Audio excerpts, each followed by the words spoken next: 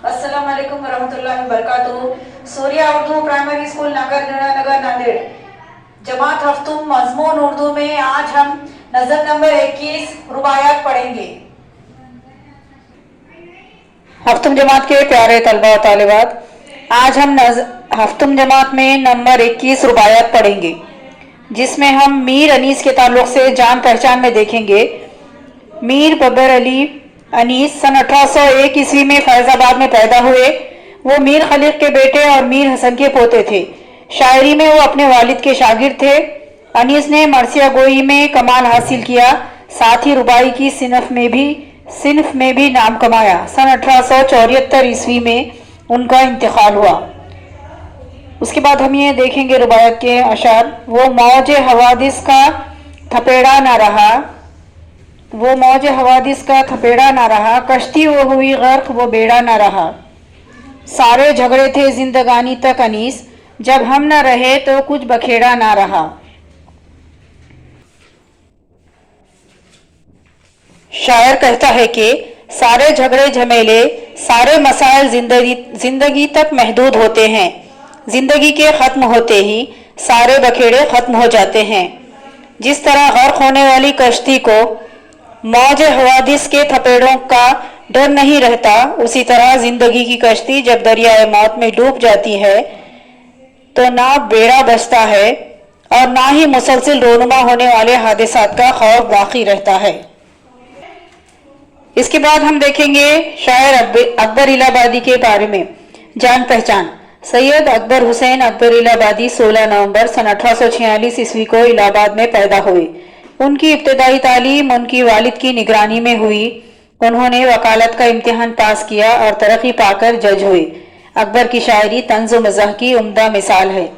इसी के साथ इसमें अखलाकी और इस्लाही मकासिद भी सामने आते हैं। उनकी नज़मों के साथ रुबाइयों में भी यह खुसूसियत पाई जाती है। 9 सितंबर सन 1921 ईस्वी को इलाहाबाद में उनका इंतकाल हुआ। गफलत की हंसी से आह भरना अच्छा, अफाल मुज़िर से कुछ न करना अच्छा। अकबर ने सुना है अहले गैरत से यही, जीना जिल्लत से हो तो मरना अच्छा। शायर कहता है कि जो लोग अपने अंजाम से बेपरवाह होकर गफलत की हंसी हंसते हैं, उन्हें चाहिए कि वो आहें भरे, अपने अंजाम पर रंज मलाल करे। अगर बुरे काम ही करने हैं तो इससे अच्छा ये है कि कुछ ना करे। जो अहले गैरत है, शर्म वाले हैं, उनसे अकबर ने ये सुना है कि जिल्लत, बेइज्जती और बेगैरती की जिंदगी जीने से मर जाना ज्यादा बेहतर है। उसके बाद हम देखेंगे यास यगाना चंगेजी के बारे में जान पहचान। यास यगाना चंगेजी का असली नाम मिर्ज़ा वाजिद हुसैन था। वो सन 1883 ईस्वी को अजीमाबाद पटना में पैदा हुए। उन्होंने दारुल तर्जुमा हैदराबाद में भी मुलाजिमत की। चिराग सुख्न, आयात वजदानी, गालिब शिकनी उनकी शेरी व नसरी तसानीफ है।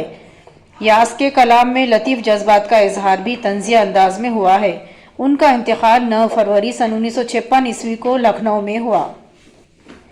किसी काम का दिल जो हो खबर से खाली, मुंह में है ज़बां मगर असर से खाली। इन अक्ल के अंधों पे खुदा रहम करे, आंखें दो दो मगर नजर से खाली। अब हम इन अशार का खुलासा देखेंगे। शायर बेखबरी और लाइल्मी की जिंदगी का सख्त मुखालिफ है। शायर कहता है कि वो दिल किसी काम का जो किसी बात की खबर नहीं रखता हो, और वो जबान किस काम और मसरफ की जो असर से खाली हो। दिल का बाखबर होना और जुबान का पुरअसर होना बहुत ज़रूरी है। इन अक्ल के अंधों पर अल्लाह रहम करे, जिन्हें अल्लाह ने दो दो आंखें दी है मगर वो नज़र से खाली है। वो साहिब पे नज़र नहीं है। वो ज़ाहिरी तो देख सकते हैं मगर बातिन को नहीं देख सकते। इसके बाद हम देखेंगे अमजद हैदराबादी जान पहचान। अमजद हैदराबादी मशहूर और अहम रुबाई गो शायर थे। वो सन 1886 ईस्वी में पैदा हुए। उनकी रुबाइयों में अखलाकी मसामिन की कसरत होती है। अमजद ने जमाल अमजदी के नाम से अपनी सवानें भी लिखी है। सन 1961 ईस्वी में उन्होंने वफात पाई। हर चीज का खोना भी बड़ी दौलत है, बेफिक्री से सोना भी बड़ी दौलत है। इफलास ने सख्त मौत आसान कर दी, दौलत का ना होना भी बड़ी दौलत है। شاعر کہتا ہے جب انسان کے پاس بے شمار و بے حساب مال و دولت ہو تو اسے ہر وقت اس کے تحفظ کی فکر لاحق ہوتی ہے. اس میں اضافے کا خیال ہمہ وقت اسے پریشان رکھتا ہے. اسے بے فکری کی نیند میسر نہیں ہوتی. دولت کی ہرس اسے مرنے سے بھی خائف رکھتی ہے. لیکن جب وہ اپنا سب کچھ کھو دیتا ہے اور تہی دست ہو جاتا ہے تو بڑے آرام اور چین کی نیند سوتا ہے. اسے موت بھی سخت نہیں معلوم ہوتی. وہ دست خزاں کو بخوشی لبیک کہتا ہے. اس لیے دولت کا نہ ہونا بھی بڑی دولت ہے. اس کے بعد ہم اب اس کے الفاظ معنی دیکھیں گے. موج حوادث حادثوں کا سلسلہ. موج حوادث حادثوں کا سلسلہ.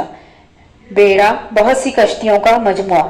بکھیڑا الجھن گڑبڑ. بکھیڑا الجھن گڑبڑ. افعال مضر برے کام.